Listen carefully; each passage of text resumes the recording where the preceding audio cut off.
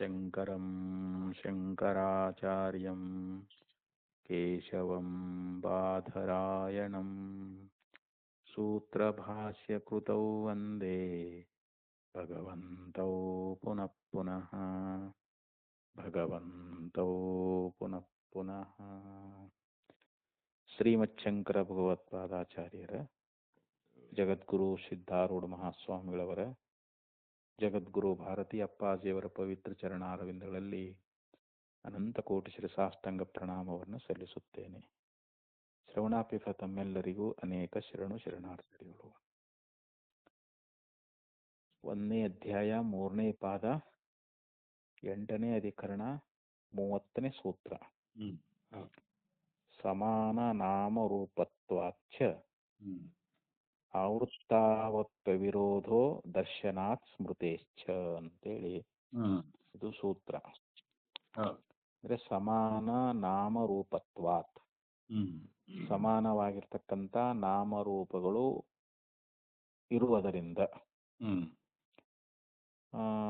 ಆವೃತ್ತವು ಅಪ್ಯವಿರೋಧೋ ದರ್ಶನಾತ್, ಇಲ್ಲಿ ಸೃಷ್ಟಿ ಮತ್ತು ಸ್ಥಿತಿ ಪ್ರಳಯಗಳು ಅವುಗಳ ಒಂದು ಆವೃತ್ತಿ ಅನ್ನುವಂಥದ್ದು ಆದ್ರೂ ಕೂಡ ಇಲ್ಲಿ ವಿರೋಧ ಅನ್ನುವಂಥದ್ದು ಇಲ್ಲ. ಯಾಕಂದ್ರೆ ಶ್ರುತಿ ಮತ್ತು ಸ್ಮೃತಿಗಳು ಹಾಗಂತೇಳಿ ನಮಗೆ ಬೋಧ ಮಾಡ್ತಾ ಇದ್ದಾವೆ ಅಂತ ಅದನ್ನ ಭಾಷ್ಯದಲ್ಲಿ ಆಚಾರ್ಯರು ವಿವರಣೆ ಕೊಡ್ತಾ ಇದ್ದಾರೆ. ಅದ್ರ ಬಗ್ಗೆ ಸೂತ್ರದ ವ್ಯಾಖ್ಯಾನವನ್ನು ಮಾಡ್ತಾ ಇದ್ದಾರೆ. ಅಥ ಅಪಿ ಸ್ಯಾತ್, ಅಥ ಅಂದ್ರೆ ನಂತರದಲ್ಲಿ ಅಂತ, ಅಪಿ ಸ್ಯಾತ್ ಅಂದ್ರೆ ಹೀಗೂ ಕೂಡ ಇಲ್ಲಿ ಪೂರ್ವ ಪಕ್ಷಿ ಒಂದು ವೇಳೆ ಈ ರೀತಿ ಅವನು ಪ್ರಶ್ನೆ ಕೇಳಬಹುದು ಅಂತ. ಏನು ಅಂತಂದ್ರೆ, ಯದಿ ಪಶ್ವಾದಿ ವ್ಯಕ್ತಿವತ್ ದೇವಾದಿ ವ್ಯಕ್ತಯೋ ಅಪಿ ಸಂತತತ್ತೇವ ಉತ್ಪದ್ದೇರನ್ ನಿರುದ್ದೇರನ್ಶ್ಚ. ಯದಿ ಅಂತಂದ್ರೆ ಒಂದು ವೇಳೆ ಅಂತ.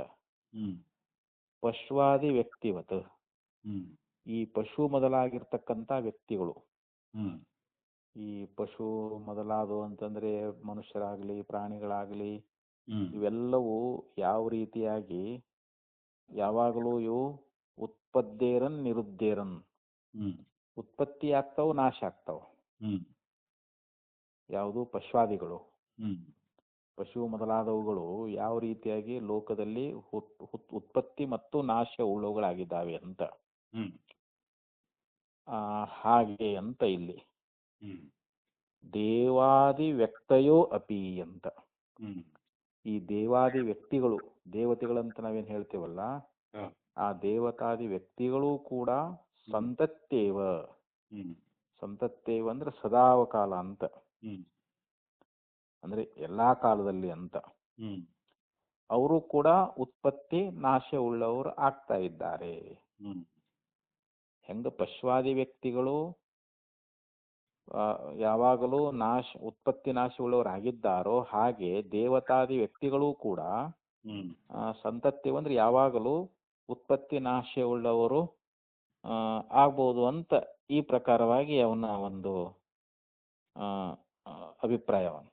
ತತಃ ಅಭಿಧಾನಾಭಿಧೇಯ ಅಭಿಧಾತೃ ವ್ಯವಹಾರ ಅವಿಚ್ಛೇದಾತ್ ಸಂಬಂಧ ನಿತ್ಯತ್ವೇನ ವಿರೋಧ ಶಬ್ದೇ ಪರಿವ್ರಿಯತೆ. ಇಲ್ಲಿ ಅವನ ಆಕ್ಷೇಪ ಏನು ಅಂತಂದ್ರೆ, ಈ ದೇವತಾದಿಗಳು ಯಾವ ರೀತಿಯಾಗಿ ಸದಾ ಹುಟ್ಟುವುದು ಮತ್ತು ನಾಶ ಉಳ್ಳವುಗಳು ಆಗಿದ್ದಾರೆ ಅಂತ ಹೇಳಿ ಒಂದ್ ವೇಳೆ ಆಗಿದ್ರೆ ಅಂತಂತ ನಾವು ಅವಾಗ ಏನಾಕೈತೆ, ಅವಾಗ ಅಭಿಧಾನ, ಅವ್ರಿಗೊಂದು ಹೆಸರು. ಅಭಿಧಾನ ಅಂದ್ರೆ ಹೆಸರು.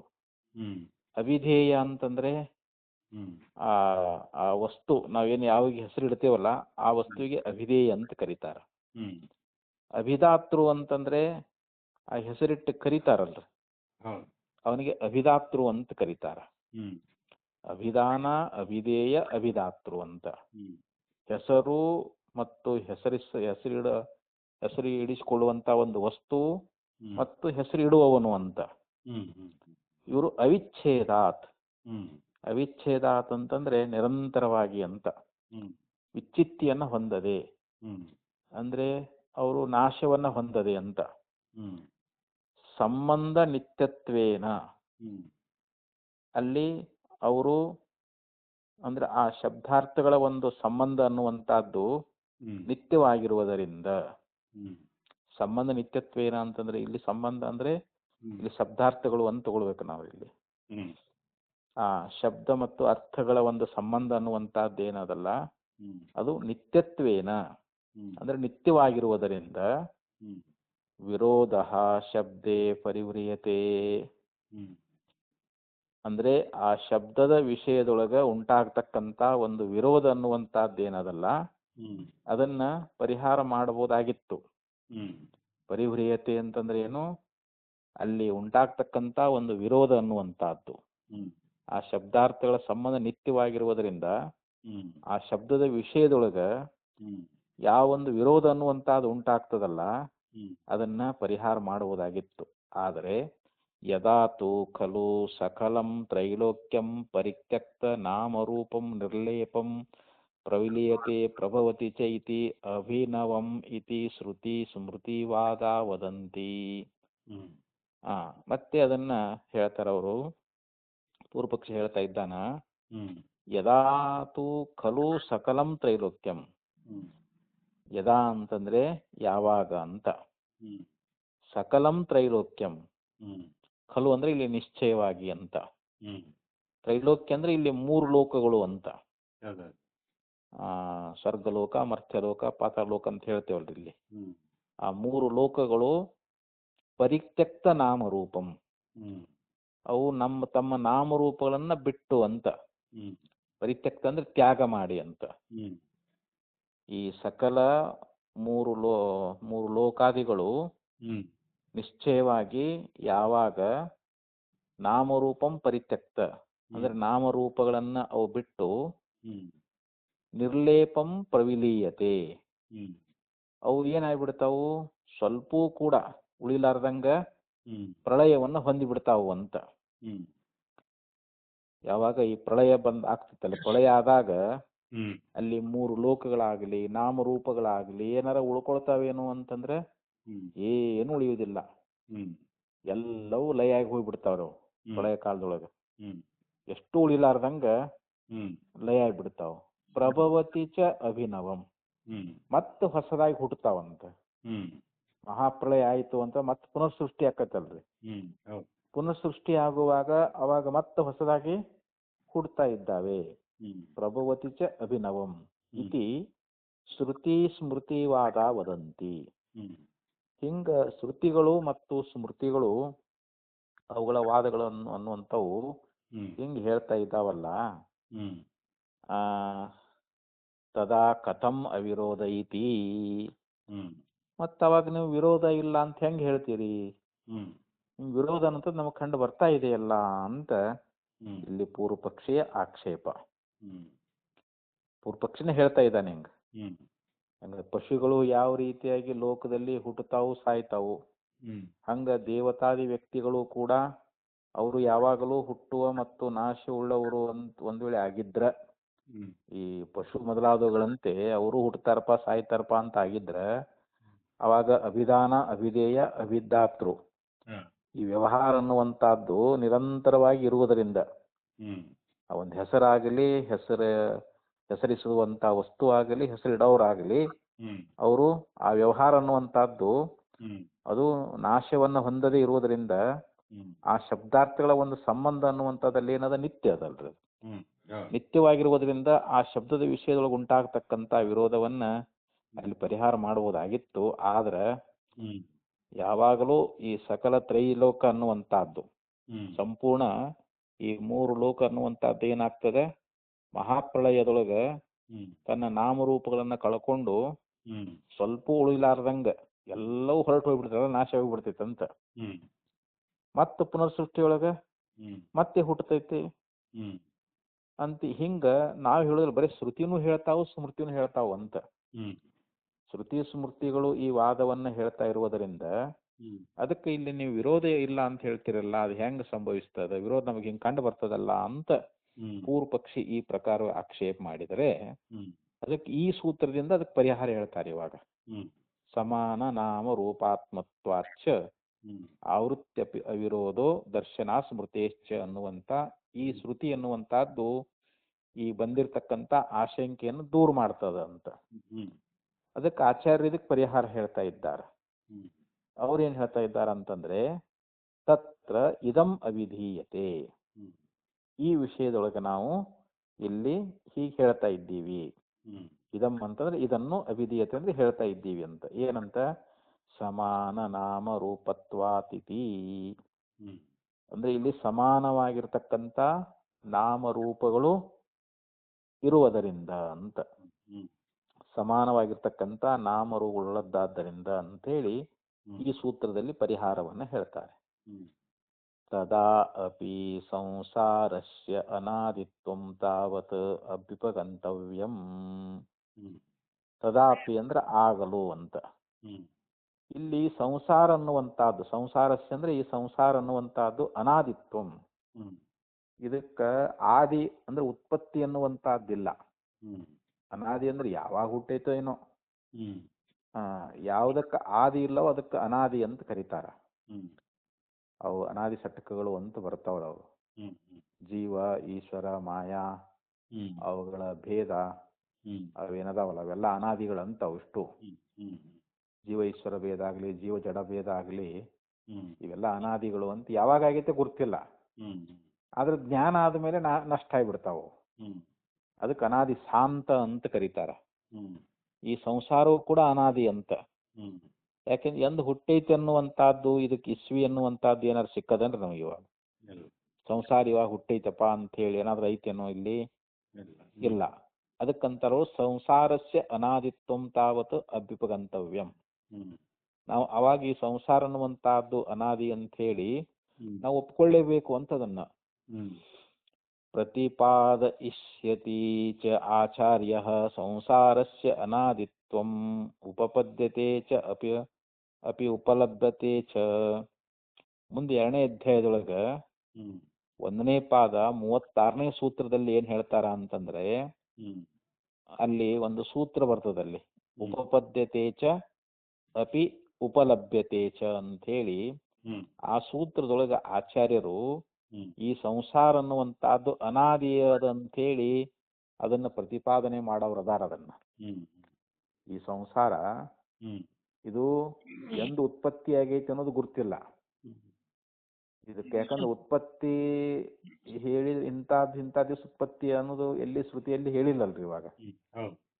ಯಾವಾಗ ಹುಟ್ಟಿದ್ ಗೊತ್ತ. ಅದಕ್ಕೆ ಅನಾದಿ ಅಂದ್ರೆ ಏನು? ಯಾವ್ದಕ್ಕೆ ಆದಿ ಇಲ್ಲೋ ಅದಕ್ಕೆ ಅನಾದಿ ಅಂತ ಕರೀತಾರ. ಹಂಗ ಈ ಸಂಸಾರ ಅನ್ನುವಂತ ಇದು ಅನಾದಿ ಅದ ಅಂತ.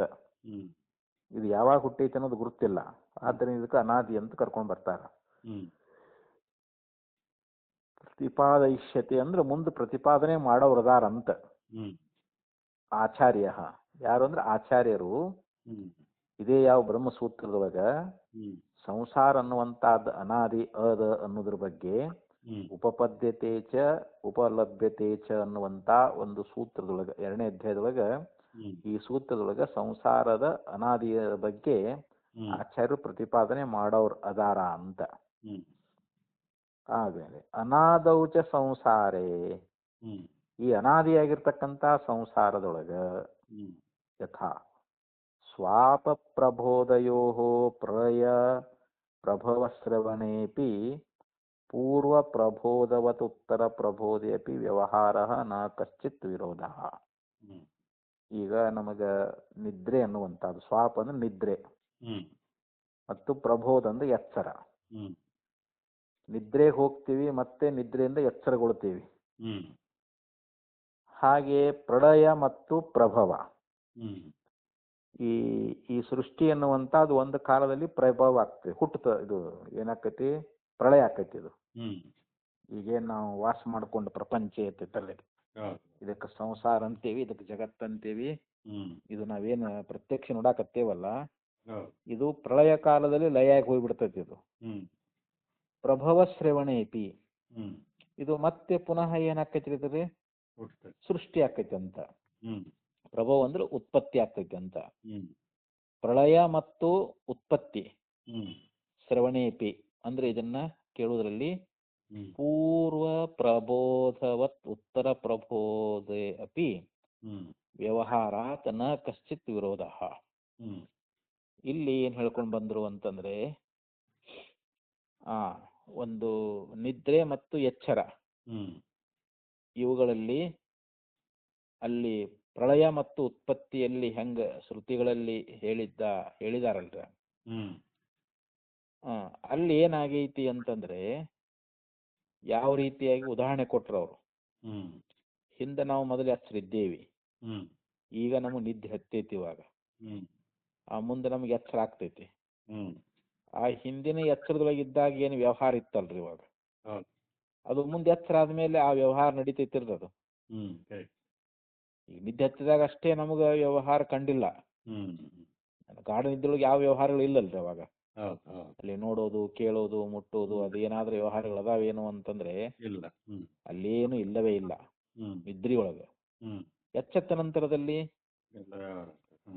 ಅಂದ್ರೆ ಹಿಂದಿನ ಎಚ್ಚರದಲ್ಲಿ ಏನು ವ್ಯವಹಾರಗಳು ಇದ್ದುವಲ್ಲ, ಮತ್ತೆ ನಿದ್ದೆ ಹತ್ತಿ ಎಚ್ಚರ ಆದ ಮೇಲೆ ಮತ್ತೆ ವ್ಯವಹಾರ ಅನ್ನುವಂಥದ್ದು ಇರ್ತದಲ್ರಿ. ಅಲ್ಲಿ ಯಾವುದೇ ವಿರೋಧ ಅನ್ನುವಂಥದ್ದು ಹೆಂಗಿಲ್ಲವೋ ಅಂತ. ಹಂಗ ಸುಸುಪ್ತಿಯೊಳಗ ಗಾಢ ನಿದ್ದೆಯಲ್ಲಿ ಪ್ರಳಯ ಆದ್ರೂ ಕೂಡ ಎಚ್ಚರದಲ್ಲಿ ಅದೇ ಜಗತ್ತು ನಮಗೆ ಕಾಣ್ತತಿಲ್ರಿ ಇವಾಗ. ಜಗತ್ತೇನು ಬದಲಾಗಿಲ್ಲ. ಗಾಢ ನಿದ್ರೆಗೆ ಹೋದ ಮಾತ್ರಕ್ಕೆ ಅಲ್ಲಿ ಅದೊಂದು ಪ್ರಳಯ ಅಂತ ತಿಳ್ಕೊಳ್ರಿ ಇವಾಗ. ಅದು ಮುಂದೆ ಹೇಳ್ತಾರೆ ಬಿಡ್ರಿ, ಅದು ಈ ಗಾಢ ನಿದ್ರೆ ಅದು ಒಂದು ಪ್ರಳಯ ಅಂತಾನೆ ಹೇಳ್ತಾರ ಅವರು. ಎಚ್ಚರ ಆದ ಸೃಷ್ಟಿ ಆದಂಗ ಅಂತದ್ರಿ. ಅದಕ್ಕೊಂದು ಸೂತ್ರ ಬರ್ತೈತಿ ಅದು ಮುಂದೆ. ಅಪೀತವ್ ತದ್ವತ್ ಪ್ರಸಂಗಾದ ಸಮಂಜಸಂ ಅಂತೇನೆ ಅದೊಂದು ಸೂತ್ರದಲ್ಲಿ ಮುಂದೆ ಬರ್ತೈತೆ. ಅದು ಮುಂದೆ ಬಂದಾಗ ನೋಡೋಣದನ್ರಿ. ಈ ಸುಸುಪ್ತಿಯೊಳಗೆ ಯಾವ ರೀತಿ ಪ್ರಳಯ ಅನ್ನುವಂಥದ್ದಾದ್ರೂ ಕೂಡ ಎಚ್ಚರದೊಳಗೆ ಅದೇ ಜಗತ್ತು ಅನ್ನುವಂಥದ್ದು ನಮಗೆ ಕಾಣ್ತದ. ಆದ್ದರಿಂದ ಇಲ್ಲಿ ಆ ಶಬ್ದಾರ್ಥ ಸಂಬಂಧ ನಿತ್ಯತ್ವಕ್ಕೆ ಯಾವ ವಿರೋಧ ಅನ್ನುವಂಥದ್ದು ಬರೋದಿಲ್ಲ ಅಂತ. ಇನ್ನು ಈ ಪ್ರಳಯವನ್ನು ಒಪ್ಪದೇ ಇರ್ತಕ್ಕಂಥ ಮೀಮಾಂಸಕರು ಕೂಡ ಸುಸುಪ್ತಿಯನ್ನ ಒಪ್ಪಲೇಬೇಕಲ್ರಿ. ಅವರು ಪ್ರಳಯವನ್ನು ಒಪ್ಪಂಗಿಲ್ಲ ಪೂರ್ವಮೀಮಾಂಸಕರು. ಆದ್ರೂ ಕೂಡ ಗಾಢ ನಿದ್ರೆನ ಒಪ್ಪಲೇಬೇಕಲ್ರಿ ಈಗ ಅವರು. ಆದ್ದರಿಂದ ಈ ದೃಷ್ಟಾಂತವನ್ನ ಕೊಟ್ಟಿದ್ದಾರೆ ಅಂತ ಅವರು. ನಿದ್ರೆ ದೃಷ್ಟಾಂತ ಕೊಟ್ಟು ಈಗ ಪ್ರಳಯ ಮತ್ತು ಸೃಷ್ಟಿಯನ್ನು ಹೇಳ್ತಾ ಇದ್ದಾರೆ, ಉತ್ಪತ್ತಿಯನ್ನು ಹೇಳ್ತಾ ಇದ್ದಾರೆ, ಜಗತ್ತಿನ ಉತ್ಪತ್ತಿಯನ್ನು ಹೇಳ್ತಾ ಇದ್ದಾರಂತೆ ಈಗ. ಇಲ್ಲಿ ಹೆಂಗಿಲ್ಲ ಹಂಗ ಇಲ್ಲಿ ಭಾಷ್ಯದಲ್ಲಿ ಅಂತ ಇದ್ದಾರೆ ಅವರು. ಸ್ವಾಪ ಪ್ರಬೋಧಯೋ ಪ್ರಲಯ ಪ್ರಭವ ಶ್ರವಣೇಪಿ ಪೂರ್ವ ಪ್ರಬೋಧವತ್ ಉತ್ತರ ಪ್ರಬೋಧೆ ಅಪಿ ವ್ಯವಹಾರಾತ್ ನ ಕಶ್ಚಿತ್ ವಿರೋಧ. ಇಷ್ಟು ಹೇಳ್ಕೊಂಬಂದ್ರಿ ಇವಾಗ್ರಿ. ಏವಂ ಕಲ್ಪಾಂತರ ಪ್ರಭವ ಪ್ರಲಯೋರಪಿ ಇತಿ ದ್ರಷ್ಟವ್ಯಂ. ಹೀಗೇನೆ ಕಲ್ಪಾಂತರ, ಈಗ ಒಂದಿಷ್ಟು ಕಲ್ಪಗಳು ಮುಗಿದು ಹೋದ್ಮೇಲೆ ಪ್ರಳಯ ಅನ್ನುವಂಥದ್ದು ಆಗ್ತದ್ರಿ ಇವಾಗ. ಅಂದ್ರೆ ನಿದ್ರೆಗೆ ಹೋದಂಗ ಅಂತದು. ಅದು ದೃಷ್ಟಾಂತ ಅಷ್ಟೇ ಅದು. ನಿದ್ದೆಗೆ ಹೋಗುವುದೇ ಪ್ರಳಯ ಆದಂಗ, ನಿದ್ದೆಯಿಂದ ಎಚ್ಚೆತ್ತುಕೊಳ್ಳುವುದನ್ನೇ ಇಲ್ಲಿ ಪುನಃ ಸೃಷ್ಟಿ ಆದಂಗ ಅಂತದು. ಪುನಃ ಸೃಷ್ಟಿ ಆಗ್ತೈತಲ್ರಿ ಇವಾಗ. ಹಂಗ ಪುನಃ ಸೃಷ್ಟಿ ಅಂತಂದ್ರೆ ಏನು, ನಿದ್ದೆಯಿಂದ ಎಚ್ಚೆತ್ತುಕೊಂಡಂತೆ ಅಂತ. ಆ ಒಂದು ಉದಾಹರಣೆಯನ್ನ ಇಲ್ಲಿ ಕೊಡ್ಲಿಕ್ಕತ್ತಿದ್ದಾರೆ. ಕಲ್ಪಾಂತರ ಪ್ರಭವ ಪ್ರಳಯೋರಪಿ ದ್ರಷ್ಟವ್ಯಂ. ಇದನ್ನ ನಾವು ಇಲ್ಲಿ ನೋಡ್ಬೇಕು ಅಂತ ಹೇಳ್ತಾ ಇದ್ದಾರೆ ಅಲ್ಲಿ. ಕಲ್ಪದಲ್ಲಿ ಮತ್ತೊಂದು ಕಲ್ಪದೊಳಗ ಈ ಕಲ್ಪದಲ್ಲಿ ನಾವು ಏನೆಲ್ಲ ವ್ಯವಹಾರ ಮಾಡಿರ್ತೇವಿ, ಅವಾಗ ಮತ್ತೆ ಅವಾಗ ಪ್ರಳಯ ಆಗಿ ಹೋಗ್ಬಿಡ್ತಾವಾಗ. ಪ್ರಳಯ ಆದಾಗ ಅವಾಗ ಏನು ಇಲ್ಲ, ಅವಾಗ ಯಾವ ವಿಷಯಗಳು ಇಲ್ಲ. ನಾನು ನೀನು ಏನೊಂದು ಏನಾರ ಲೈಟ್ ಅಂದ್ರೆ ಪ್ರಪಂಚ ಯಾವ ವಿಷಯಗಳು ಇರಂಗಿಲ್ಲ ಆ ಪ್ರಳಯ ಕಾಲದೊಳಗ. ಮತ್ತೆ ಪುನಃ ಸೃಷ್ಟಿ ಆಕೈತಲ್ರಿ ಅವಾಗ. ಹೆಂಗ ಮಲ್ಕೊಂಡ ವ್ಯಕ್ತಿ ಎದ್ದು ಕೂಡಲೇ ಹೆಂಗ ವ್ಯವಹಾರ ಮೊದಲಿನ ವ್ಯವಹಾರಗಳು ಹೆಂಗ ಪ್ರಾರಂಭ ಆಗ್ತಾವಲ್ರಿ ಇವಾಗ, ಹಂಗ ಆ ಕಲ್ಪದಲ್ಲಿ ಆಗ್ತಕ್ಕಂತ ಸೃಷ್ಟಿ ಪ್ರಳಯಗಳ ಒಂದು ವಿಷಯದಲ್ಲಿಯೂ ಕೂಡ ಇಲ್ಲಿ ಯಾವುದೇ ವಿರೋಧ ಇಲ್ಲ ಅಂತ ಹೇಳಿ ತಿಳ್ಕೋಬೇಕು ಅಂತ ಇಲ್ಲಿ ಆಚಾರ್ಯ ಹೇಳಿದ್ರು. ಏವಂ ಕಲ್ಪಾಂತರ ಪ್ರಭವಪ್ರಲಯೋರಪಿ ಇತಿ ದ್ರಷ್ಟವ್ಯಂ. ಸ್ವಾಪ ಪ್ರಬೋಧಯೋಶ್ಚ ಪ್ರಳಯ ಪ್ರಭವವು ಶ್ರೂಯೇತೆ. ಈಗ ಗಾಢ ನಿದ್ರೆ ಮತ್ತು ಎಚ್ಚರ, ಈಗ ನಮಗ ನಿದ್ದೆ ಹತ್ಯದ್ರೆ ಮತ್ತೆ ನಮಗೆ ಎಚ್ಚರ ಆಗ್ತದ. ಇವುಗಳಲ್ಲಿ ಪ್ರಳಯ ಮತ್ತು ಉತ್ಪತ್ತಿ ಆಗ್ತಾವ. ನಿದ್ರೆಗೆ ಹೋದಾಗ ಪ್ರಳಯ, ಎಚ್ಚರ ಆದಾಗ ಉತ್ಪತ್ತಿ. ಯಾಕ ಇದನ್ನ ನಾವು ಹೇಳಂಗಿಲ್ಲ, ಶ್ರುತಿನೇ ಹೇಳ್ತೈತಿ ಅಂತಾರ ಅವರು. ಒಂದು ಶ್ರುತಿ ಪ್ರಮಾಣವನ್ನ ಕೊಡ್ತಾ ಇದ್ದಾರೆ ನೋಡ್ರಿ ಅವರು. ಶ್ರುತಿ ಏನ್ ಹೇಳ್ತದ ಅಂತಂದ್ರೆ ಆ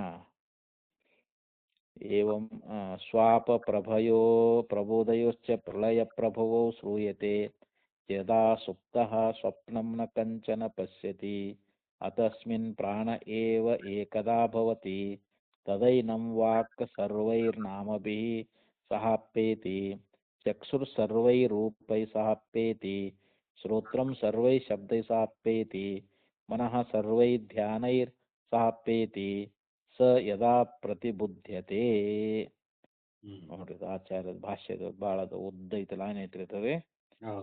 ಯದಾ ಅಂದ್ರೆ ಯಾವ ಕಾಲದಲ್ಲಿ, ಸುಪ್ತಃ ಮಲಗಿರ್ತಕ್ಕಂಥ ವ್ಯಕ್ತಿ, ಗಾಢ ನಿದ್ರೆಯಿರ್ತಕ್ಕಂಥ ವ್ಯಕ್ತಿ, ನ ಕಂಚನ ಸ್ವಪ್ನಂ ಪಶ್ಯತಿ ಅಂತ. ಆ ನಿದ್ರಿಸಿರ್ತಕ್ಕಂಥ ವ್ಯಕ್ತಿಗೆ ಯಾವುದೇ ಕನಸು ಕಾಣ್ತದನ್ರಲ್ಲಿ? ಇಲ್ಲ.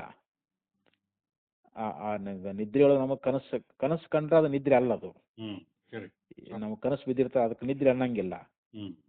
ನಿದ್ರೆಗೆ ಹೋದಾಗ ಅಲ್ಲಿ ಯಾವ ಕನಸು ಇರಂಗಿಲ್ಲ, ಎಚ್ಚರನೂ ಇರಂಗಿಲ್ಲ ಅಂತ ಅವಾಗ. ಯಾಕಂದ್ರೆ ಅವಾಗ ಅವ ಜೀವಾತ್ಮ ಏನಾಗಿರ್ತಾನ, ಅವನು ಪ್ರಾಣದಲ್ಲಿ ಒಂದಾಗಿರ್ತಾನ ಅಂತಲ್ಲಿ. ಪ್ರಾಣ ಅಂದ್ರೆ ಪರಮಾತ್ಮನಲ್ಲೇ ಒಂದಾಗಿಬಿಟ್ಟಿರ್ತಾನ ಅಂತಲ್ಲಿ ಗಾಢ ನಿದ್ರೆಯೊಳಗ.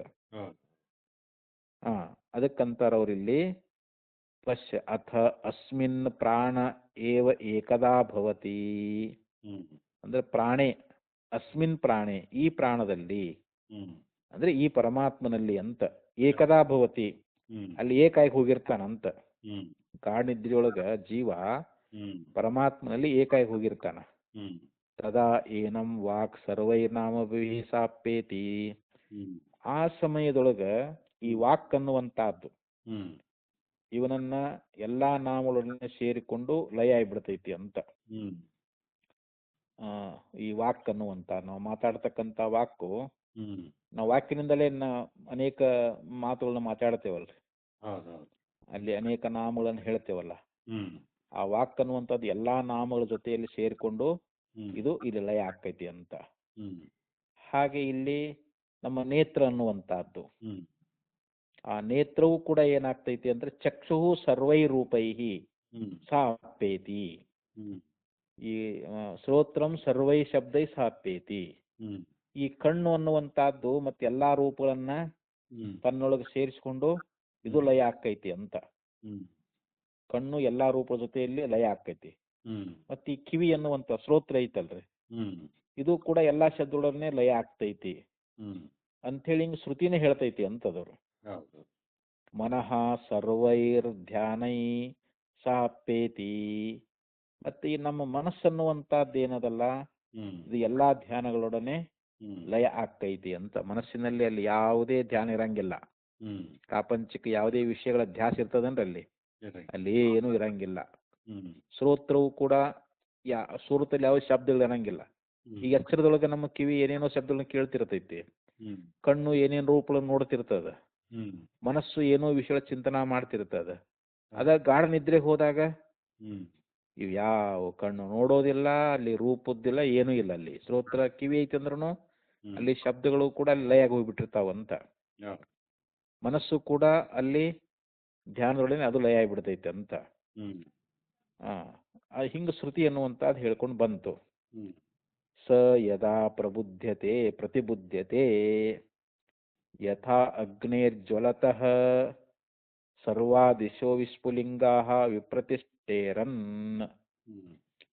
ಯಾವಾಗ ಇವನು ಎಚ್ಚರ ಆಗ್ತಾನ ನೋಡ್ರಿ, ಗಾಢ ನಿದ್ರೆಯಿಂದ ಎಚ್ಚೆತ್ಕೊಳ್ತಾ ಇದ್ದಾನ, ಅವಾಗ ಏನಾಕೈತಿ ಅಂತಂದ್ರೆ ಈ ಹಂಗ ಬೆಂಕಿ ಚೆನ್ನಾಗಿ ಉರಿದು ಅದು ಏನಾಗಿರ್ತದೆ, ಉರಿಯುವಂತ ಬೆಂಕಿಯಿಂದ ಕಿಡಿಗಳು ಹೆಂಗ್ ಹಾರಿ ಬರ್ತಿರ್ತಾವ್ರು, ಆ ಕಟ್ಟಿಗೆ ಅದು ಉರಿಯುವಾಗ ನೋಡ್ತೇವಲ್ರಲ್ಲಿ, ಆ ಬೆಂಕಿ ಕೆಂಡ ಇರ್ತತಲ್ರ ಅದ್ರಾಗ, ಆ ಉರಿತಕ್ಕಂತ ಬೆಂಕಿಯಿಂದ ಎಲ್ಲಾ ಕಡೆಯಿಂದ ಯಾವ ರೀತಿ ಕಿಡಿಗಳು ಹೆಂಗ್ ಹಾರಿ ಬರ್ತಾ ಇದಾವಲ್ರಿ, ಹಂಗ ಈ ಆತ್ಮನಿಂದ ಎಲ್ಲಾ ಕರಣಗಳು ತಮ್ಮ ತಮ್ಮ ಸ್ಥಾನಕ್ಕೆ ಹೊರಟು ಬರ್ತಾವು ಅಂತ ಹೇಳ್ತಾರ ಅವ್ರಲ್ಲಿ. ಯಥಾ ಅಗ್ನಿ ಜ್ವಲತಃ ಸರ್ವಾದಿಶೋ ವಿಸ್ಫುಲಿಂಗಾಃ, ವಿಸ್ಫುಲಿಂಗ ಅಂದ್ರೆ ಕಿಡಿಗಳು ಅಂತ, ಸರ್ವಾದಿಶ ಅಂದ್ರೆ ಎಲ್ಲಾ ದಿಕ್ಕುಗಳಿಂದ ಅಂತ.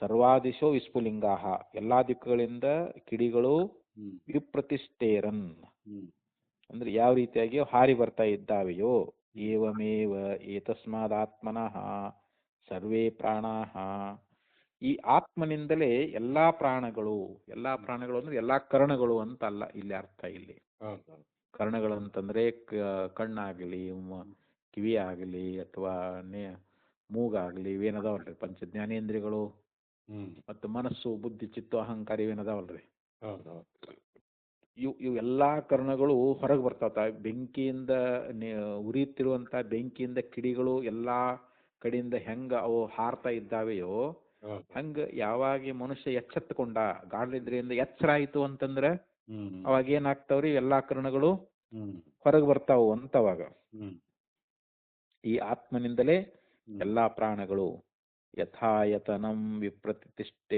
ವಿಪ್ರತಿಷ್ಠನ್ ಅಂತೆ ಪ್ರಾಣೇಭ್ಯೋ ದೇವೇಭ್ಯೋ ಲೋಕಾಹ.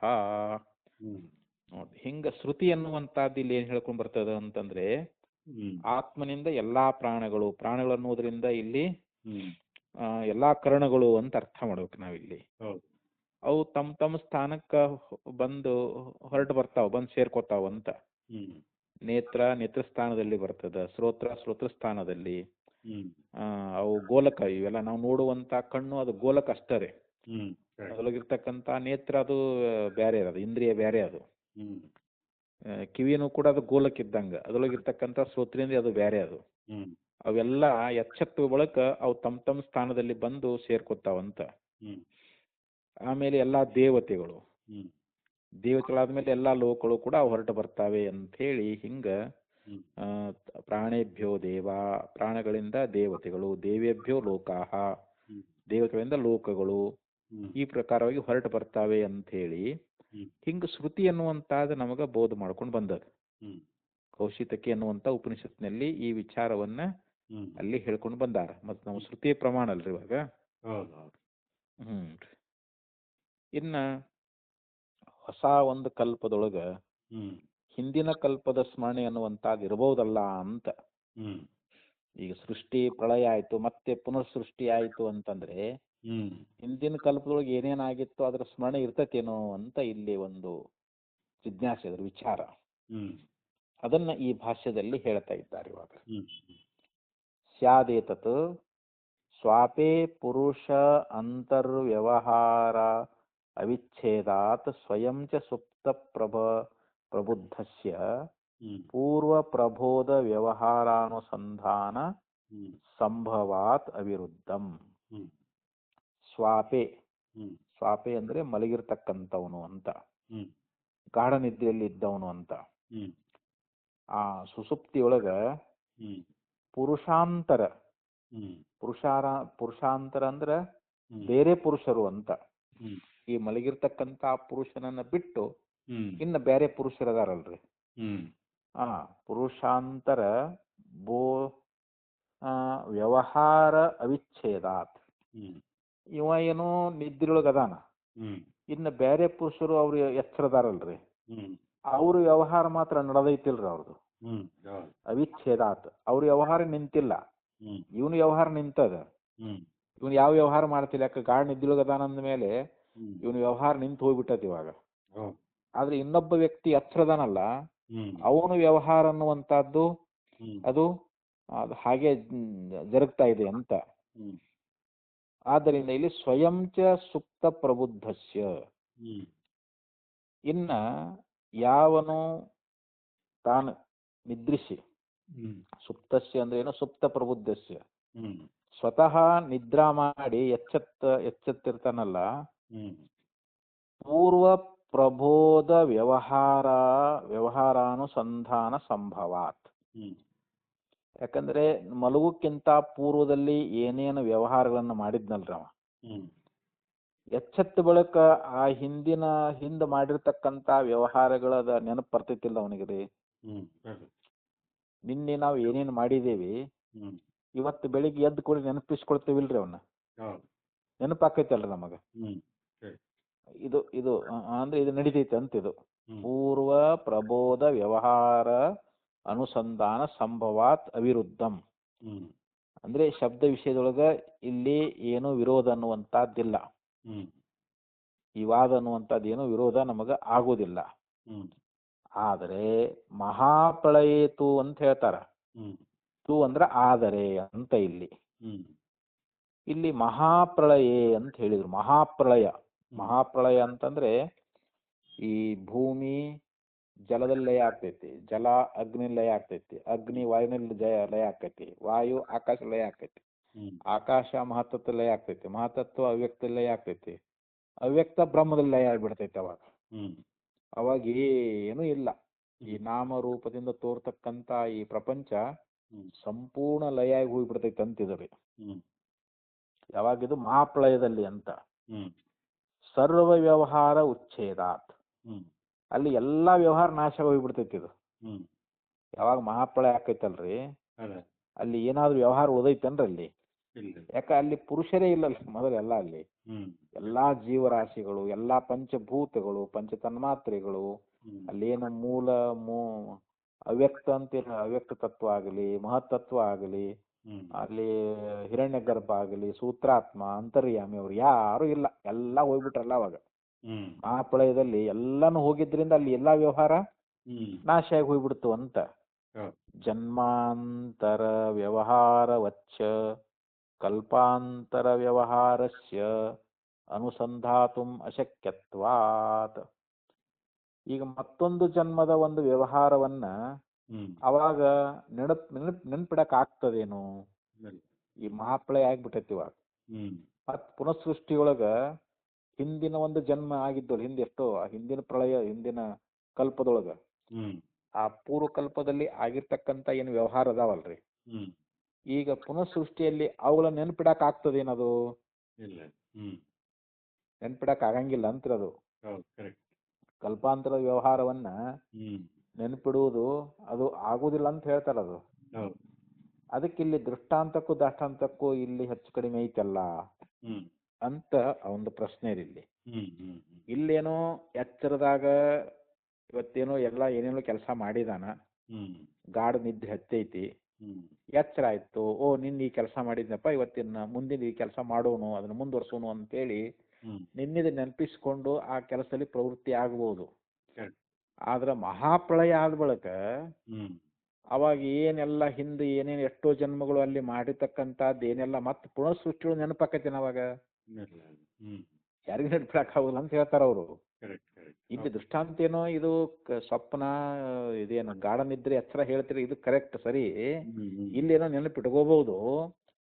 ಆಗ ಮಹಾಪ್ರಳಯ ಆದಾಗ ಅಲ್ಲಿ ಮತ್ತೊಂದು ಜನ್ಮದ ಒಂದು ವ್ಯವಹಾರವನ್ನ ನೆನಪಿಡ್ಲಿಕ್ಕೆ ಹೆಂಗ ಆಗುವುದಿಲ್ಲವೋ, ಅಥವಾ ಕಲ್ಪಾಂತರದ ವ್ಯವಹಾರವನ್ನ ನೆನಪಿಡಲಿಕ್ಕೆ ಅದು ಕೂಡ ಆಗುದಿಲ್ಲ ಅಂತ. ಈಗ ಬೇಡ, ಈಗ ಹಿಂದಿನ ಜನ್ಮ, ಈಗ ನಾವು ಹಿಂದೆ ಏನಾಗಿದ್ದೀವಿ, ಹಿಂದೆ ಏನು ವ್ಯವಹಾರ ಮಾಡೇವಿ, ಅವಾಗ ಏನ್ ಜನ್ಮ ಬಂದಿತ್ತು, ಹಿಂದಿನ ಜನ್ಮ ನಮಗ್ ಏನ್ ನೆನಪೈತೇನ್ರಿ ಇವಾಗ? ನಾವು ಹಿಂದೆ ಏನಾಗಿ ಹುಟ್ಟಿದ್ದೇವಿ, ನಮಗೆ ಏನು ಯಾವ ಜನ್ಮ ಬಂದಿತ್ತು, ಏನು ಪ್ರಾಣಿ ಆಗಿದ್ದೇವೋ, ಪಕ್ಷಿ ಆಗಿದ್ದೇವೋ, ಮನುಷ್ಯರಾಗಿದ್ದೇವೋ, ಯಾವ ಲೋಕದಲ್ಲಿದ್ದೇವು, ಯಾವ ಊರಾಗ ಹುಟ್ಟಿದ್ದೇವಿ, ಅದ್ರದ್ದು ಏನಾದ್ರು ಸ್ವಲ್ಪ ನಮ್ಗೆ ನೆನಪೈತೇನದು? ಅದು ವ್ಯವಹಾರ ನಮ್ಗೆ ನೆನಪಿಡಾಕನೇ ಆಗಂಗಿಲ್ಲ ಅಂತ.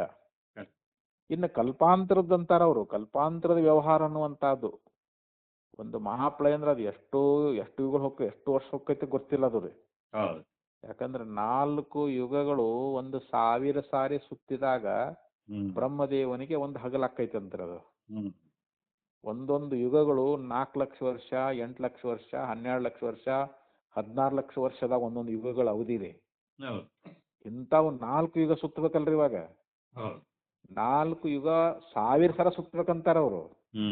ಅವಾಗ ಬ್ರಹ್ಮನಿಗೆ ಒಂದು ಹಗಲ, ಮತ್ತ 1000 ಸಾರಿ ಸುತ್ತಿದಾಗ ಒಂದು ರಾತ್ರಿ, ಅವಾಗ 1 ದಿವಸ ಆಯ್ತ. ಮತ್ತ ಅವ್ನಿಗೆ 100 ವರ್ಷ ಆಗ್ಬೇಕಲ್ರಿ ಅದು. ಒಂದು ಮಹಾಪ್ರಳಯ ಬರ್ಬೇಕಂದ್ರೆ ಇಷ್ಟು ಅವಧಿ ಹೇಳ್ತಾರ ಅವರು. ಅದಕ್ಕ ಆ ಹಿಂದ್ ಕಲ್ಪಾಂತರದಲ್ಲಿ ಆಗಿರ್ತಕ್ಕಂಥ ವ್ಯವಹಾರವನ್ನ ನಮಗ ನೆನಪಿಡ್ಲಿಕ್ಕೆ ಆಗುವುದಿಲ್ಲವಾದ್ದರಿಂದ ಇಲ್ಲಿ ಪೂರ್ವ ಪಕ್ಷ ಏನಂತಾನಂತಂದ್ರೆ, ನೀವು ಹೇಳ್ತಕ್ಕಂಥ ಇದು ದೃಷ್ಟಾಂತ ದಾಷ್ಟಾಂತ ಇದು ನಮಗ ಹೊಂದುಗಡೆ ಆಗುವುದಿಲ್ಲ ಅಂತ. ಅದಕ್ಕೇನಂದ್ರು ಮಹಾಪ್ರಳಯೇತು ಸರ್ವ ವ್ಯವಹಾರ ಉಚ್ಛೇದಾತ್ ಜನ್ಮಾಂತರ ವ್ಯವಹಾರವತ್. ಅಲ್ಲಿ ಚಕಾರ ಅಲ್ಲಿ ಬಿಡಿಸ್ಬೇಕಲ್ಲಿ ಜನ್ಮಾಂತರ ವ್ಯವಹಾರವತ್ ಕಲ್ಪಾಂತರ ವ್ಯವಹಾರಸ್ಯ ಹಿಂದಿನ ಜನ್ಮದ ವ್ಯವಹಾರಗಳಾಗಲಿ ಅಥವಾ ಹಿಂದಿನ ಕಲ್ಪದಲ್ಲಿ ಆಗಿರ್ತಕ್ಕಂಥ ವ್ಯವಹಾರಗಳಾಗಲಿ ಅನುಸಂಧಾತುಂ ಅಶಕ್ಯತ್ವಾತ್, ಅದನ್ನು ನೆನಪಿಡುವಂತಹದ್ದು ನಮಗೆ ಅಸಾಧ್ಯವಾಗಿರುವುದರಿಂದ ವೈಷಮ್ಯಂ ಇತಿ. ಆದ್ರೆ ನೀವು ಹೇಳತಕ್ಕಂಥ ದೃಷ್ಟಾಂತ ಅನ್ನುವಂಥದ್ದು ವಿಷಮ ಆಗಿಬಿಡ್ತಲ್ಲ ಇದು. ನೀವು ಹೇಳಿದ ದೃಷ್ಟಾಂತಕ್ಕೂ ಅಷ್ಟೊಂದು ಹೊಂದಗಡೆ ಆಗ್ಲಿಲ್ವಲ್ಲ ಅಂತ ಒಂದು ವೇಳೆ ಆಕ್ಷೇಪ ಮಾಡಿದರೆ ನೈಷ ದೋಷ, ಇದೇನ್ ದೋಷ ಅಲ್ಲಪ್ಪ ಅಂತ ಹೇಳ್ತಾರ ಅವರು. ಯಾರು ಆಚಾರ್ಯರು ಅದಕ್ಕೆ ಇದನ್ನ ಮಾಡ್ತಾರ, ಉತ್ತರ ಕೊಡ್ತಾರ ಅವರು. ಸತ್ಯಪಿ ಸರ್ವ ವ್ಯವಹಾರೋಚ್ಛೇದಿನಿ ಮಹಾಪ್ರಳಯೇ ಪರಮೇಶ್ವರ ಅನುಗ್ರಹಾತ್ ಈಶ್ವರಾಣಾಂ ಹಿರಣ್ಯಗರ್ಭಾದೀನಾಂ ಕಲ್ಪಾಂತರ ವ್ಯವಹಾರಾನುಸಂಧಾನೋಪಪತ್ತೇಃ. ಸತ್ಯಪಿ ಸರ್ವ ವ್ಯವಹಾರ ಉಚ್ಛೇದಿನಿ ಮಹಾಪ್ರಳಯೇ, ಅಂದ್ರೆ ಮಹಾಪ್ರಳಯದಲ್ಲಿ ಎಲ್ಲಾ ವ್ಯವಹಾರಗಳು ನಾಶ ಆಗ್ತಾವ. ಇದು ಸತ್ಯವೇ. ಸತ್ಯಪಿ ಅಂತ ಹೇಳ್ತಾನಲ್ರಿ ಇಲ್ಲಿ. ಅಂದ್ರೆ ಎಲ್ಲಾ ವ್ಯವಹಾರವನ್ನ ನಾಶಗೊಳಿಸ್ತಕ್ಕಂಥದ್ದು ಯಾವುದು ಇಲ್ಲೂ ಮಹಾಪ್ರಳಯ. ಅದು ಆದ ಬಳಕನೂ ಕೂಡ ಅಂತ ಹೇಳ್ತಾರ ಅವ್ರಲ್ಲಿ. ಸರ್ವ ವ್ಯವಹಾರ ಉಚ್ಛೇದಿನಿ ಮಹಾಪ್ರಳಯೇ ಪರಮೇಶ್ವರ ಅನುಗ್ರಹಾತ್ ಈಶ್ವರಾಣಾಂ ಹಿರಣ್ಯ ಗರ್ಭಾದೀನಾಂ. ಇಲ್ಲಿ ಈಶ್ವರನಾಗಿರ್ತಕ್ಕಂಥ ಹಿರಣ್ಯ ಗರ್ಭ, ಹಿರಣ್ಯ ಗರ್ಭನಿಗೆ ಆದಿ ಜೀವ ಅಂತ ಕರೀತಾರ. ಸೃಷ್ಟಿ ಆರಂಭದಲ್ಲಿ ಮೊದಲು ಹುಟ್ಟಿದವನ ಹಿರಣ್ಯ ಗರ್ಭ ಅಂತ. ಅವನಿಗೆ ಈಶ್ವರ ಅಂತನ ಕರೀತಾರ ಅವರು. ಈಶ್ವರನಾಗಿರ್ತಕ್ಕಂಥ ಹಿರಣ್ಯ ಗರ್ಭಾದಿಗಳಿಗೆ ಈ ಪರಮೇಶ್ವರ ಅನುಗ್ರಹಾತ್, ಆ ಪರಮೇಶ್ವರನ ಒಂದು ಅನುಗ್ರಹದಿಂದ, ಅವನ ಒಂದು ಆಶೀರ್ವಾದದಿಂದ ಏನಾಗಿರ್ತದ ಅಂತಂದ್ರೆ ಕಲ್ಪಾಂತರ ವ್ಯವಹಾರಾನುಸಂಧಾನ ಉಪಪತ್ತೇಹೇ, ಹಿಂದಿನ ಎಷ್ಟೋ ಕಲ್ಪಗಳಲ್ಲಿ ಆಗಿರತಕ್ಕಂತ ವ್ಯವಹಾರಗಳ ಒಂದು ಸ್ಮರಣೆ ಅವನಿಗಿರ್ತೈತಂತ. ಅವನಿಗೆ ಯಾರು ಈಶ್ವರನಾಗಿರ್ತಕ್ಕಂಥ ಹಿರಣ್ಯ ಗರ್ಭನಿಗೆ ಎಷ್ಟೋ ಕಲ್ಪಗಳಲ್ಲಿ, ಅದು ಹಿಂದಿನ ಕಲ್ಪದಲ್ಲಿ ಏನೇನು ಸೃಷ್ಟಿ ಇತ್ತಲ್ರವಾಗ, ಅದೆಲ್ಲವನ್ನ ನೆನಪಿಟ್ಕೊಳ್ತಕ್ಕಂತ ಶಕ್ತಿ ಆ ಪರಮಾತ್ಮನ ಅನುಗ್ರಹದಿಂದ ಹಿರಣ್ಯ ಗರ್ಭನಿಗೆ ಪ್ರಾಪ್ತವಾಗಿರ್ತದ ಅಂತ ಹೇಳ್ತಾರೆ ಇಲ್ಲಿ. ಅವ ನೆನಪಿಟ್ಕೊಳ್ತಾನ್ರಿ. ಯಾರು? ಹಿರಣ್ಯ ಗರ್ಭ. ಈಶ್ವರನಾಗಿರ್ತಕ್ಕಂಥ ಹಿರಣ್ಯ ಗರ್ಭಾದೀನಾಮ್ ಅಂತ ಹೇಳಿದ್ರು ಅವರು. ಕಲ್ಪಾಂತರ ವ್ಯವಹಾರ ಅನುಸಂಧಾನೋಪತ್ತೇ ಯದ್ಯಪಿ ಪ್ರಾಕೃತಾಃ ಪ್ರಾಣಿನೋ ನ ಜನ್ಮಾಂತರ ವ್ಯವಹಾರಂ ಅನುಸಂಧಾನ ದೃಶ್ಯಂತ ಇತಿ. ಈಗ ಏನು ಸಾಮಾನ್ಯ ಜನ ಅದಾರಲ್ರಿ, ಇವಾಗ ಸಾಮಾನ್ಯ ಪ್ರಾಣಿಗಳಾಗ್ಲಿ ಮನುಷ್ಯರಾಗ್ಲಿ, ಇವರು ಹಿಂದಿನ ಜನ್ಮದಲ್ಲಿ ನಡೆದಿರ್ತಕ್ಕಂಥ ವ್ಯವಹಾರವನ್ನ ಇವ್ರು ನೆನಪಿಟ್ಕೊಳ್ಳೋದಿಲ್ಲ. ಇವರು ಇವರಿಗೆ ಅದು ನೆನಪಿರುವಂತ ಶಕ್ತಿ ಇವರಲ್ಲಿ ಇಲ್ಲ. ಇದು ಯಾರು ನೆನಪಿಡ್ತಾರನ್ರಿ? ನಾವು ಹಿಂದಿನ ಜನ್ಮದಲ್ಲಿ ಏನಾಗಿದ್ದೇವೆ ಏನಿದೆ ಅಂತೇಳಿ. ಅಂದ್ರೆ ಸಾಮಾನ್ಯ ಜೀವರಾಶಿಗಳು, ಜೀವರಾಗಿರ್ತಕ್ಕಂಥವ್ರು ಜನ್ಮಾಂತರ ವ್ಯವಹಾರವನ್ನ ಅದು ನೆನಪಿಗೆ ತಂದುಕೊಳ್ಳುವಂತಹದ್ದು ನಮ್ಗೆ ಲೋಕದಲ್ಲಿ ನೋಡೇವೇನು ಅಂತಂದ್ರೆ ನಮ್ಗದು ಕಂಡೇ ಇಲ್ಲ ಅಂತದು. ಆದ್ರೆ ಇಲ್ಲಿ ಹಿರಣ್ಯ ಗರ್ಭಾದಿಗಳು ಹಂಗಲ್ಲ ಅಂತಾರ ಅವರು.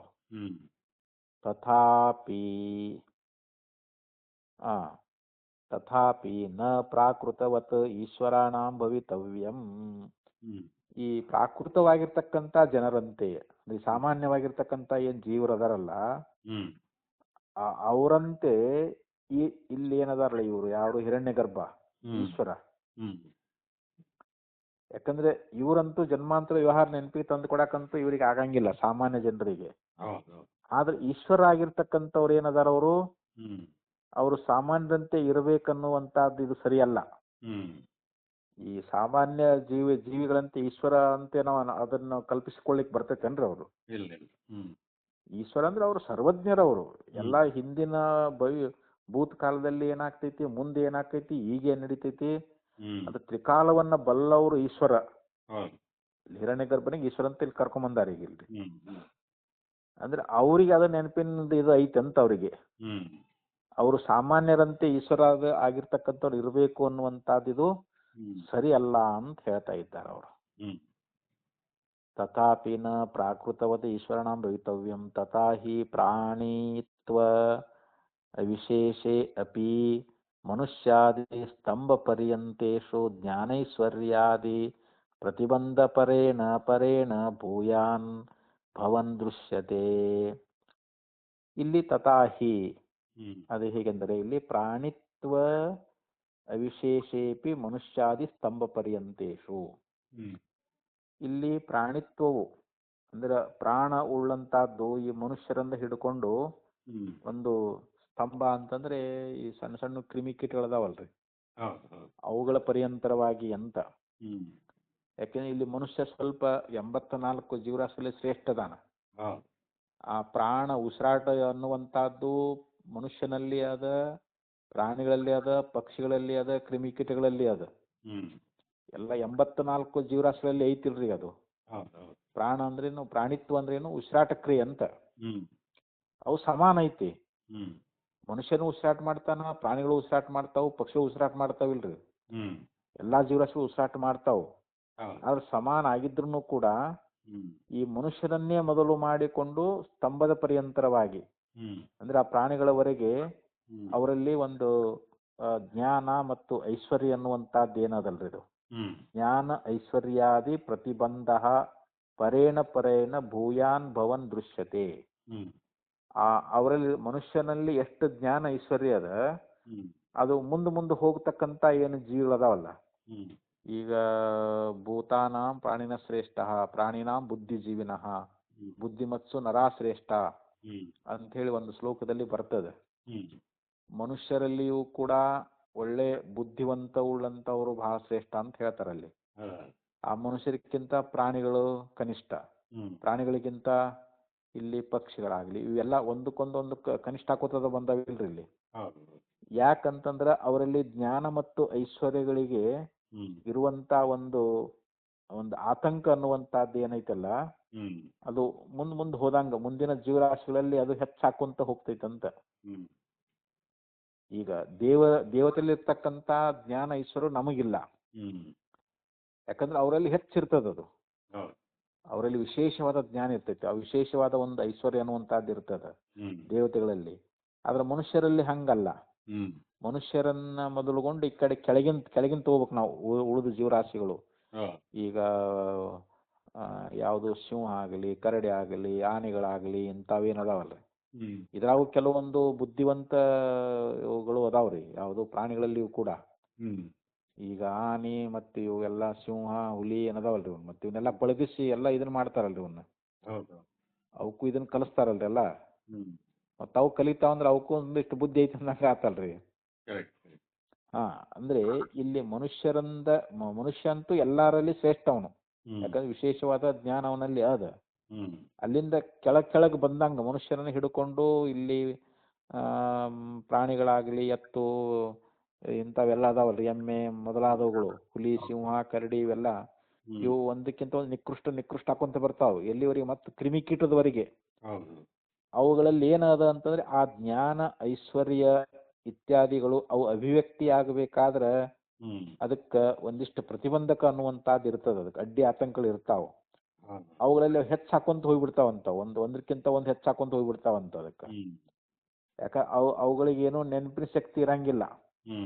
ಮನುಷ್ಯ ಏನೋ ನೆನಪಿಟ್ಕೊಳ್ತಾನೆಲ್ಲ, ಅವು ಪ್ರಾಣಿಗಳೇನು ನೆನಪಿಟ್ಕೊತಾವನ್ರಿ? ಅವು ಪ್ರಾಣಿಗಳು, ಪಕ್ಷಿಗಳು ಇವೆಲ್ಲ ಇವು ಅವೇನು, ಯಾಕಂದ್ರೆ ಅವೇನು ಮನುಷ್ಯನಲ್ಲಿ ವೈರತ್ವ ಇಟ್ಕೊಳಂಗಿಲ್ಲ ಅವು. ಯಾಕಂದ್ರೆ ಅವಾಗ ಆ ಜ್ಞಾನ ಐಶ್ವರ್ಯ ಮುಂತಾದವು ಏನದಾವಲ್ಲ, ಅವುಗಳಿಗೆ ಇರ್ತಕ್ಕಂತ ಒಂದು ಅಡ್ಡಿ ಅನ್ನುವಂತಹದ್ದು ಏನದ, ಅದು ಮುಂದೆ ಜೀವರಾಶಿಗಳಲ್ಲಿ ಹೋದಂಗ ಅದು ಹೆಚ್ಚಾಕೊಂತ ಹೋಗ್ತದ ಅಂತ. ಅದನ್ನೇ ಇಲ್ಲಿ ಹೇಳಿದ್ರು. ಜ್ಞಾನ ಐಶ್ವರ್ಯಾದಿ ಪ್ರತಿಬಂಧ ಪರೇಣ ಭೂಯಾನ್ ಭವನ್ ದೃಶ್ಯತೆ ತಥಾ ಮನುಷ್ಯಾದಿಷ್ವೇವ ಹಿರಣ್ಯ ಗರ್ಭ ಪರ್ಯಂತೇಷು ಜ್ಞಾನೈಶ್ವರ್ಯ ಆದಿ ಅಭಿವ್ಯಕ್ತಿರಪಿ ಪರೇಣ ಭೂಯಸಿ ಭವತಿ ಇತ್ಯೇತತ್ ಶ್ರುತಿ ಸ್ಮೃತಿವಾದೇಷು ಅಸಕೃತ್ ಅನುಶ್ರೂಯಮಾಣಂ ನ ಶಕ್ಯಂ ನಾಸ್ತಿ ಇತಿ ವದಿತುಂ. ಅದಕ್ಕೆ ಇಲ್ಲಿ ಮತ್ತೆ ಹೇಳ್ತಾರವರು, ಈ ಮನುಷ್ಯನನ್ನ ಹಿಡ್ಕೊಂಡು ಕೆಳಗಿಂದ ಜೀವರಾಶಿಗಳು ಹೇಳಿದ್ರಿ.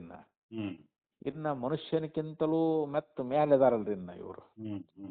ಮನುಷ್ಯ ಆದ ಮೇಲೆ ಇಲ್ಲಿ ದೇವತೆಗಳು ಅಂತ ಬರ್ತಾರಲ್ರಿ, ಪಿತೃಲೋಕ, ಅಜಾನುಜ ಲೋಕ, ಅಲ್ಲೇನು ಮೇಲೆ ದೇವತೆಗಳು, ದೇವೇಂದ್ರ ಇತ್ಯಾದಿ ಬರ್ತಾವಲ್ಲ, ಹಿರಣ್ಯ ಗರ್ಭ ಇವೆಲ್ಲ ಬರ್ತಾರಲ್ರಿ ಅವರು. ಇಲ್ಲಿ ಏನಾಗ್ತೈತಿ ಅಂತಂದ್ರೆ ಅಲ್ಲಿ ಜ್ಞಾನ ಐಶ್ವರ್ಯಗಳಿಗೆ ಪ್ರತಿಬಂಧಕ ಅನ್ನುವಂತಹದ್ದು ಅಲ್ಲಿ ಅಡ್ಡಿ ಅನ್ನೋತ ಹೆಚ್ಚು ಹಾಕೊಂತ ಹೋತು. ಇಲ್ಲಿ ಮನುಷ್ಯನನ್ನ ಮೊದಲುಗೊಂಡು ಮ್ಯಾಲ್ ಹೋದಂಗ ಮ್ಯಾಲೇನು ಏನು ಹಿರಣ್ಯ ಗರ್ಭನ ಪರ್ಯಂತರವಾಗಿರ್ತಕ್ಕಂಥವುಗಳೇನದಾವಲ್ರಿ ಅವು ಅವುಗಳಲ್ಲಿರ್ತಕ್ಕಂಥ ಮುಂದೆ ಹೋದಂಗ ಅಲ್ಲಿ ಏನಾಕೈತಿ ಮನುಷ್ಯ ಮೊದಲುಗೊಂಡು ಹಿರಣ್ಯ ಗರ್ಭನವರೆಗೆ ಇರ್ತಕ್ಕಂಥ ಆ ಜ್ಞಾನ ಐಶ್ವರ್ಯ ಅವು ಹೆಚ್ಚಿಗೆ ತೋರ್ಕೊಳ್ಬೇಕಾಗಿತ್ತು ಅಂತಂದ್ರೆ ಅವು ಅವರಲ್ಲಿ ಒಬ್ರಿಗಿಂತ ಒಬ್ರು ಹೆಚ್ಚಾಕೋತ ಹೋಗ್ತೈತೆ ಅಂತ ಅಲ್ಲಿ ಜ್ಞಾನ ಐಶ್ವರ್ಯ ಹೆಚ್ಚಾಕೊಂತ ಹೋಗ್ತಾವಂತಲ್ಲಿ ಆ ಹಿರಣ್ಯ ಗರ್ಭನಲ್ಲಿ ಅತಿ ಹೆಚ್ಚಾಗಿ. ಯಾಕಂದ್ರೆ ಅವನು ಸರ್ವಜ್ಞ, ಅವನು ಆದ್ರೆ ಮನುಷ್ಯನಲ್ಲಿ ಅದು ಇಲ್ಲ, ಆ ಶಕ್ತಿ ಇಲ್ಲ, ಸರ್ವಜ್ಞತ್ವ ಮನುಷ್ಯನಲ್ಲಿ ಇಲ್ಲ. ಆದ್ರೆ ಮನುಷ್ಯನಿಂದ ಮೇಲ್ಪಟ್ಟು ಮುಂದೆ ಹೋದಂಗ ಆ ಜ್ಞಾನ ಐಶ್ವರ್ಯಗಳು ಹೆಚ್ಚಾಗಿ ತೋರಿಕೊಳ್ಳುವುದು ಅದು ಹಿರಣ್ಯ ಗರ್ಭನ ಪರ್ಯಂತರವಾಗಿ ಏನದಾವಲ್ಲ ಒಬ್ರಿಗಿಂತಲೂ ಒಬ್ರು ಆ ಜ್ಞಾನ ಐಶ್ವರ್ಯ ಹೆಚ್ಚಿಗೆ ತೋರ್ತಾವಂತ. ಈ ರೀತಿಯಾಗಿ ಅಲ್ಲಿ ಶ್ರುತಿ ಮತ್ತು ಸ್ಮೃತಿಗಳ ವಾದದಲ್ಲಿ ಅಲ್ಲಿ ಮತ್ತೆ ಅಲ್ಲಿ ಹೇಳ್ಕೊಂಡು ಬಂದಿದ್ದಾರೆ ಅಂತ. ಅದನ್ನ ಹೇಳಿಲ್ಲ ಅಂತ ಏನ್ ಹೇಳಕ್ಕಾಕತ್ತೇನ್ರ ನಮಗ? ಪುನಃ ಹೇಳಿದಾರಲ್ಲಿ ಶ್ರುತಿಗಳಲ್ಲಿ ಈ ವಿಷಯ ಅನ್ನುವಂತಹದ್ದು ಬಂದದ. ಅದಕ್ಕಂದ್ರ ಅವರು ಶ್ರುತಿ ಸ್ಮೃತಿವಾದೇಶು ಅಸಕೃತ್ ಅನುಶ್ರೂಯಮಾಣಂ.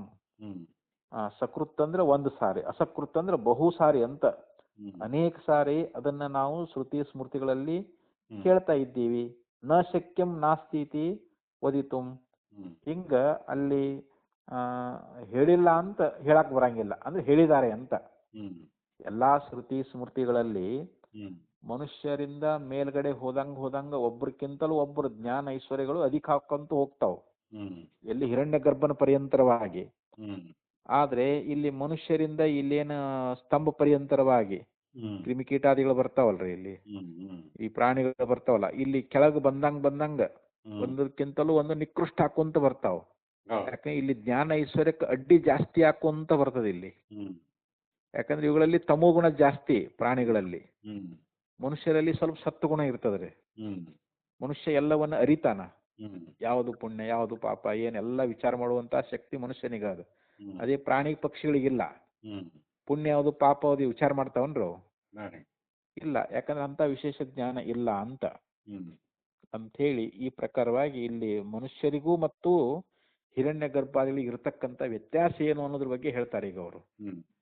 ಯಾಕಂದ್ರೆ ಇಲ್ಲಿ ಹಿರಣ್ಯ ಗರ್ಭ ಸೃಷ್ಟಿ ಮಾಡಬೇಕಾಗಿತ್ತು ಅಂತಂದ್ರೆ ಹಿಂದಿನ ಕಲ್ಪದಲ್ಲಿ ಅಲ್ಲಿ ಏನೇನು ನಡೆದಿತ್ತು, ಅಲ್ಲಿ ಏನು ವ್ಯವಹಾರಗಳಿದ್ದು, ಅಲ್ಲಿ ಜೀವರಾಶಿಗಳ ವ್ಯವಹಾರ ಏನಿತ್ತು ಅನ್ನೋದನ್ನ ಅವ ನೆನಪಿಟ್ಕೊಂಡಿರ್ತಾನ, ಯಾರು ಹಿರಣ್ಯ ಗರ್ಭ.